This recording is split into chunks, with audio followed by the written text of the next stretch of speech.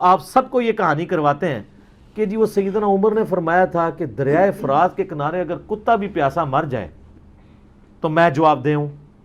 یہ کہانی کروائی ہوئی ہے نا. دریائے فرات کے کنارے کتا مر جائے, اور آپ کو پتا ہے دریائے فرات کے کنارے سیدنا حسین بھی شہید ہوئے ہیں.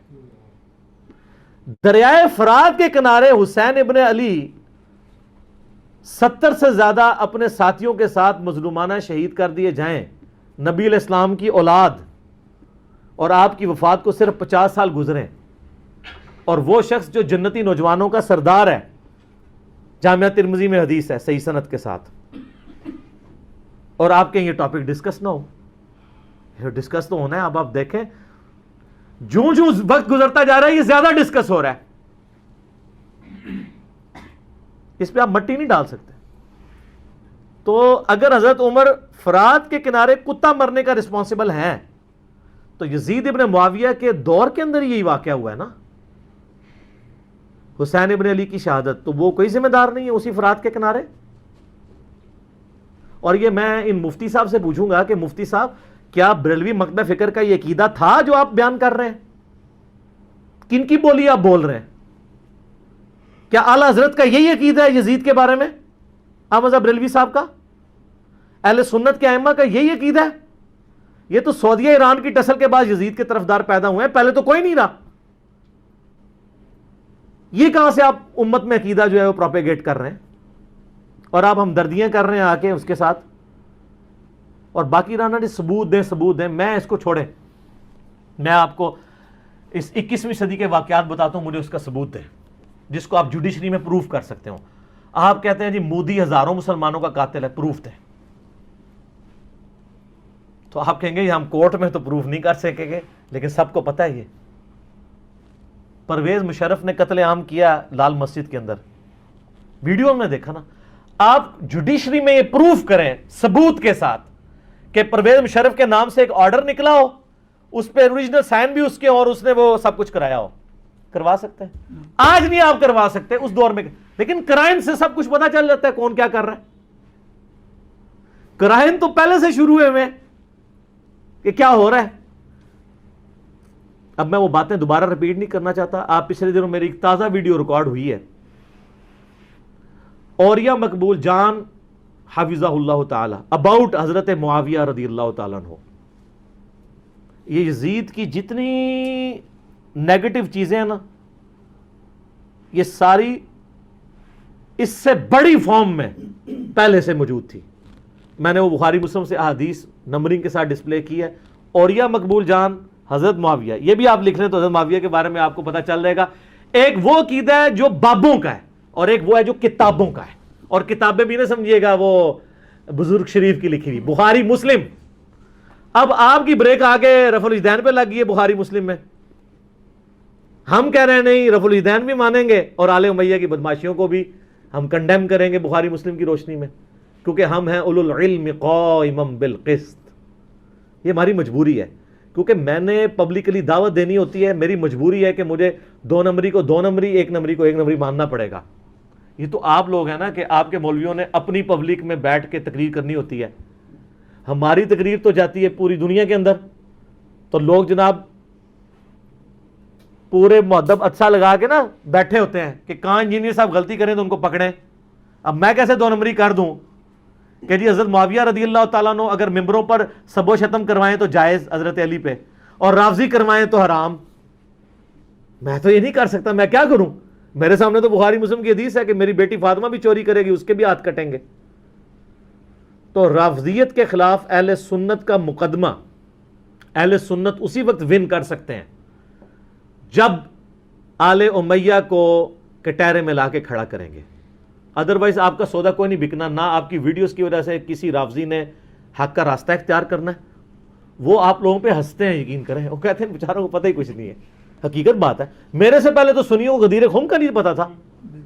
مجھے بتائیں, میں نے چیلنج کیا ہے کہ مجھ سے پہلے جتنے انٹرنیشنل سپیکرز ہیں تمام مکاتب فکر کے, کبھی کسی نے غدیر خم کی حدیث بیان کی ہے جو مسلم شریف میں ہے؟ اور جو کتب ستہ سے بھی باہر حاکم کی روایت ہے وہ آپ نے بچے بچے کو رٹائی ہوئی ہے, قرآن اور سنت.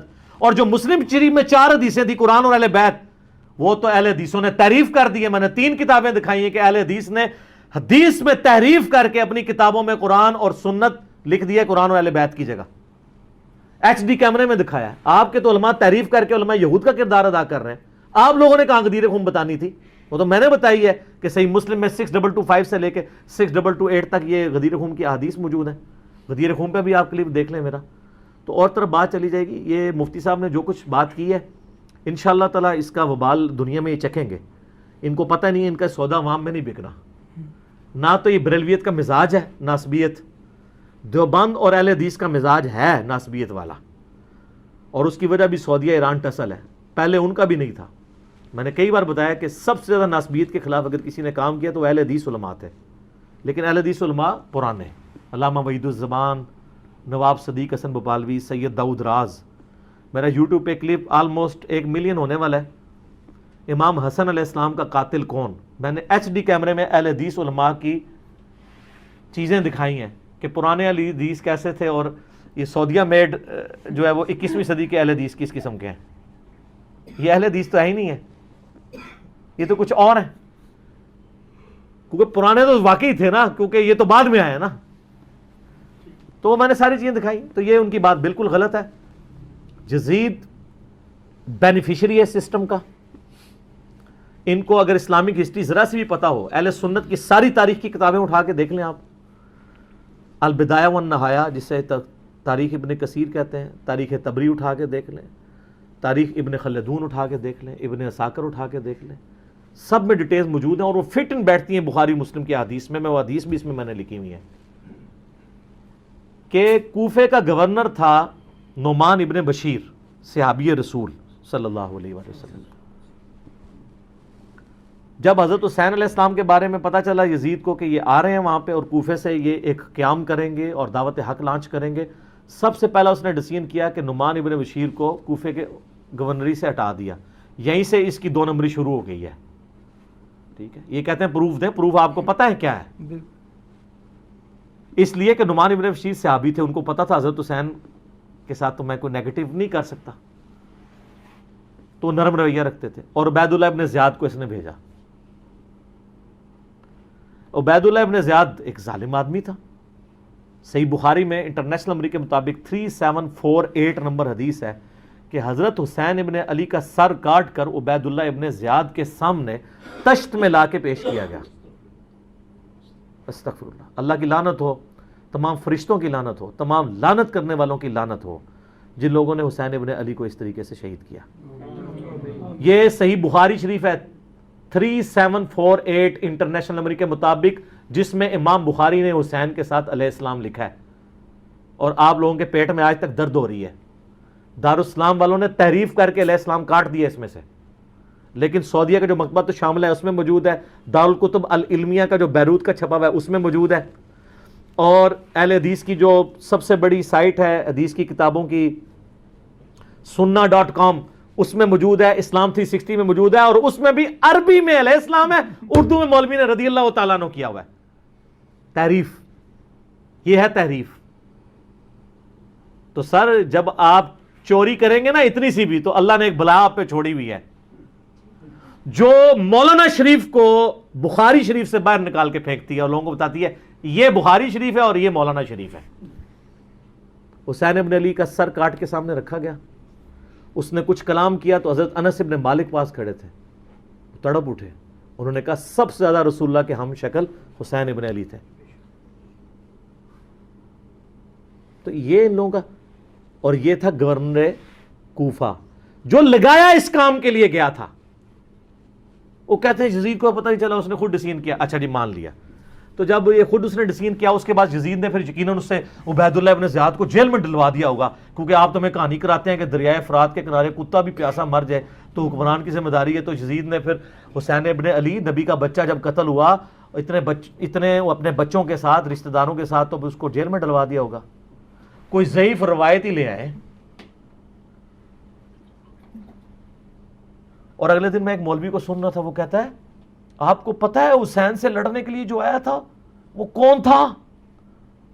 عمر ابن سعد ابن ابی وقاص۔ یہ اسی طریقے سے میں کہوں کہ وہ طوفان نوح کے اندر جو غرق ہو گیا، آپ کو پتا ہے کون تھا؟ وہ حضرت نوح کا بیٹا تھا. تو انو میں ہی چپیڑ مار سکنا.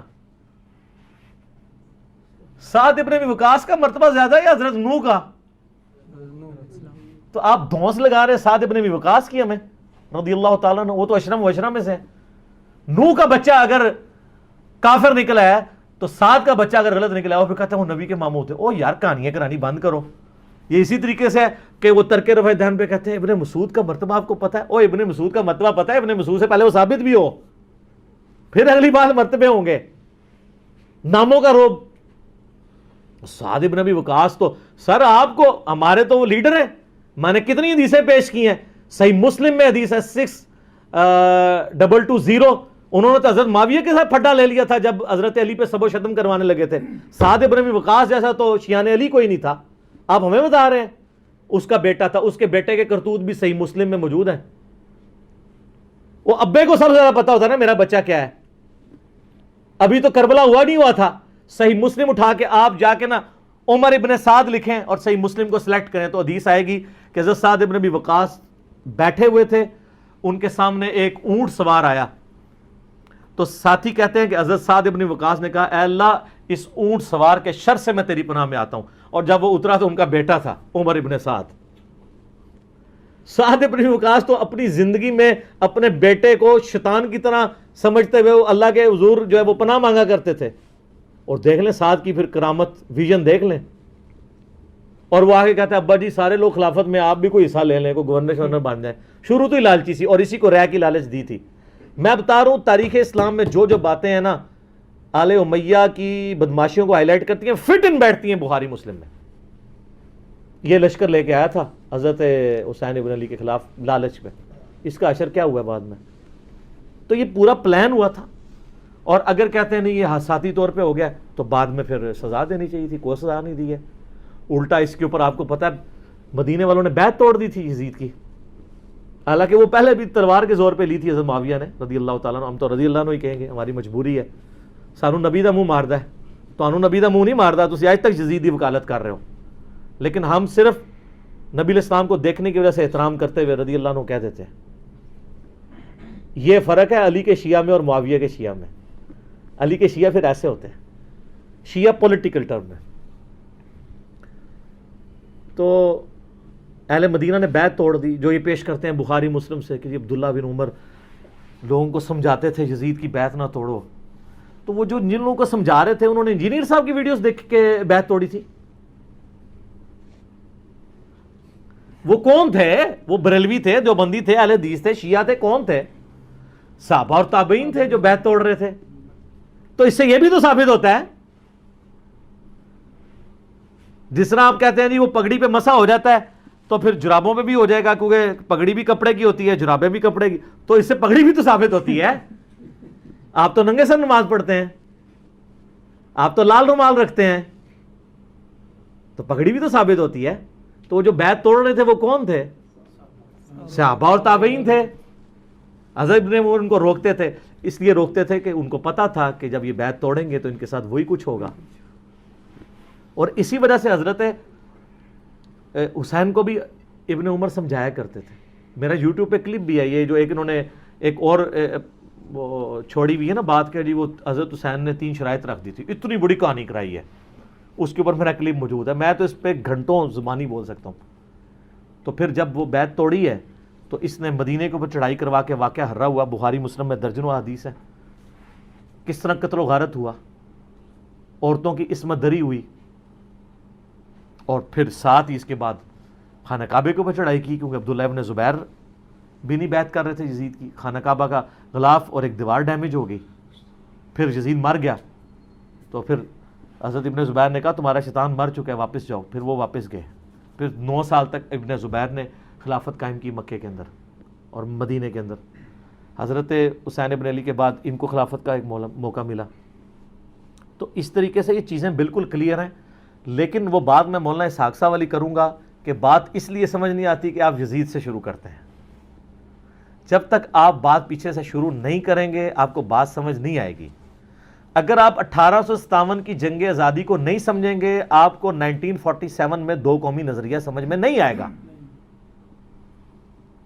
اور جب تک 1947 میں مسلمانوں کی قربانیوں سے جو ملک بنا ہے وہ آپ نہیں سمجھیں گے تو آج آپ کو نہیں سمجھ آئے گی کہ پاکستانی عوام کیوں اسلامی نظام یہاں پہ چاہ رہے ہیں. اس لیے کہ وہ کہتے ہیں ہمارے بزرگوں نے پاکستان بنایا اس لیے تھا کہ پاکستان کا مطلب کیا, لا الہ الا اللہ.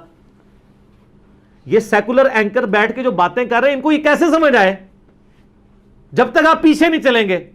اگر آپ مشرف کے دور سے شروع کریں گے تو آپ کو نہیں سمجھ آئے گا کہ ملک سیکولر ہے یا اسلامی ہونا چاہیے, پیچھے چلنا پڑے گا. یزید کے دور سے آپ کو یہ کہانی سمجھ نہیں آئے گی جب تک آپ پیچھے نہیں چلیں گے.